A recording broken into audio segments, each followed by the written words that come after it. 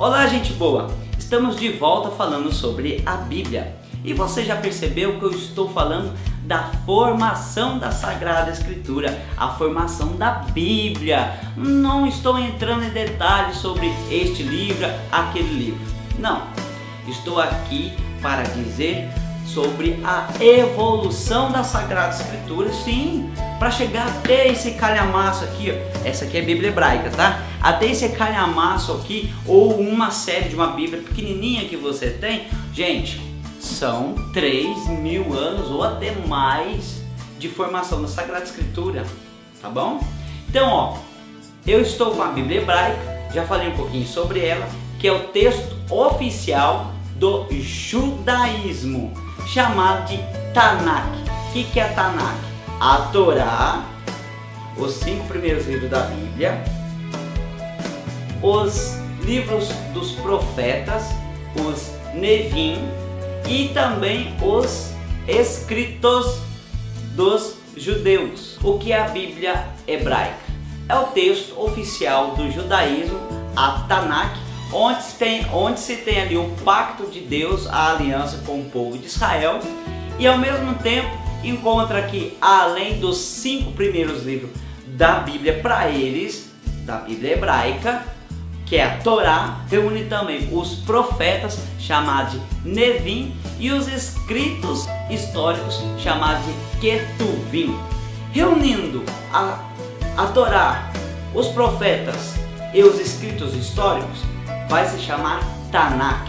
Então os judeus do judaísmo antigo, os hebreus, chamavam e ainda chamam esta Sagrada Escritura de Tanakh, que só serve para o judaísmo, que está em hebraico. Como eu já expliquei sobre a Bíblia hebraica, agora eu quero falar de uma evolução da Bíblia hebraica. Sim, e ocorreu. Foi lá em meados do século III antes de Jesus.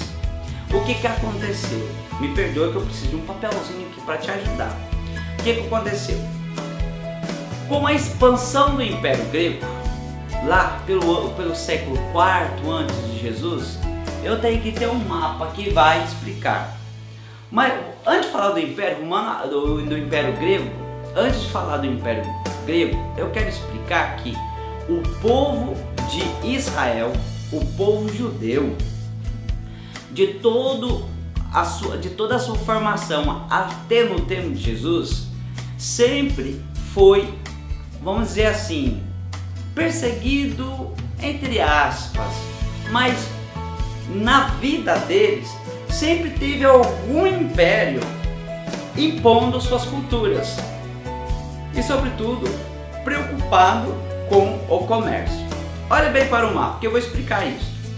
Apesar desse mapa falar do contexto do Império Grego, que foi dos anos 331 ao ano 64 antes de Jesus, que depois do Império Grego veio o Império Romano, olhe bem para a minha mão. Aqui nós temos a Mesopotâmia, que é a Babilônia. Aqui nós temos o Egito. Aqui o norte da África, aparecendo bem certinho, hein? O norte da África. Aqui é uma parte que hoje nós chamamos de Turquia, mas aqui é a antiga Constantinopla, mas mais no passado outros impérios, tá bom? Aqui é a Grécia, que era a Grécia já, porque a gente sabe que a Grécia, a formação dela, os livros históricos que falam sobre a cultura grega, tudo é 3.000 anos antes de Jesus, vamos dizer assim, tá bom? E aqui nós temos a Índia, para esse lado. E no meio de tudo isso aqui, fora o deserto da Arábia, deserto arábia, nós temos aqui no centro, olha interessante, no centro, a Galileia, a Palestina, Judá, o reino de Israel, do norte e do sul, o reino de Salomão, o reino de Davi. Nós temos aqui no centro a história de toda a Bíblia, bem aqui no centro. Então veja só, sendo a Índia aqui, mais no Oriente, mais no sul da Palestina, o Egito, e sendo aqui uma ligação com a Europa, com o Ocidente, e no centro bem a Judéia, o que você pode entender se aqui está no centro? Bem,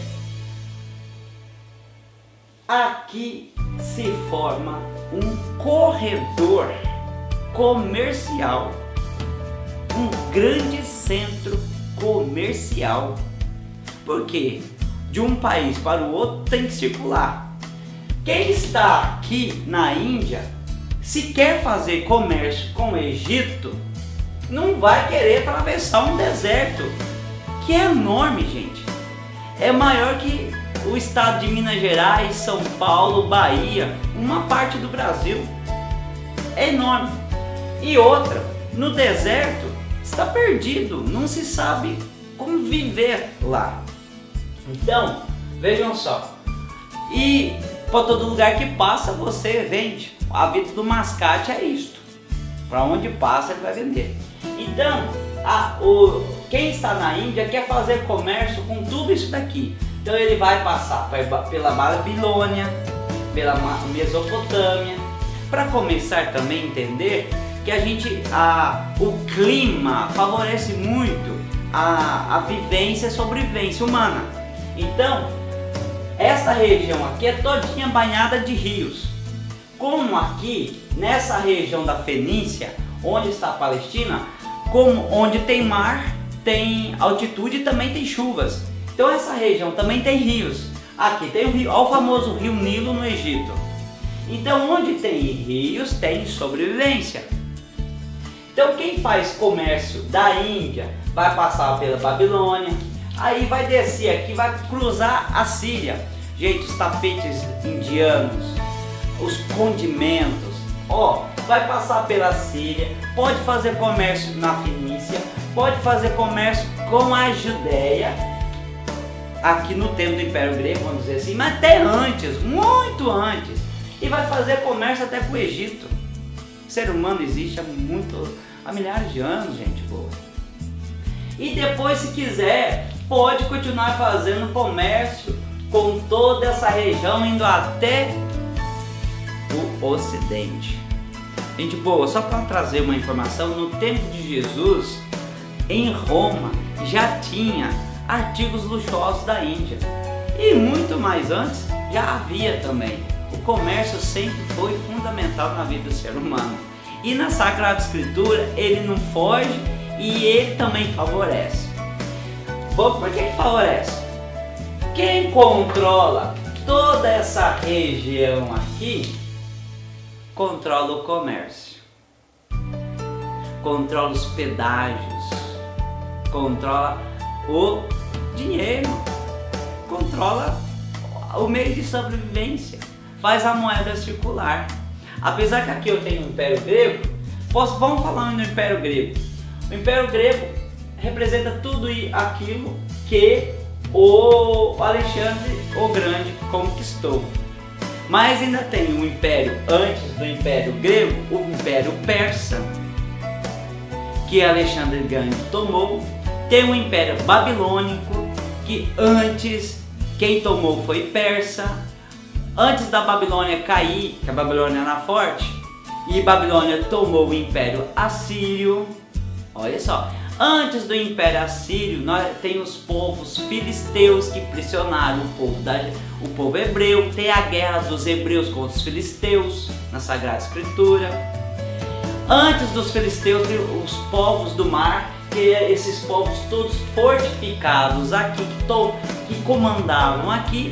E antes desses povos do mar, teve um império muito forte, de onde surgiu, na verdade, a maior história literária contada e também revelada na Sagrada Escritura, o Império Egito.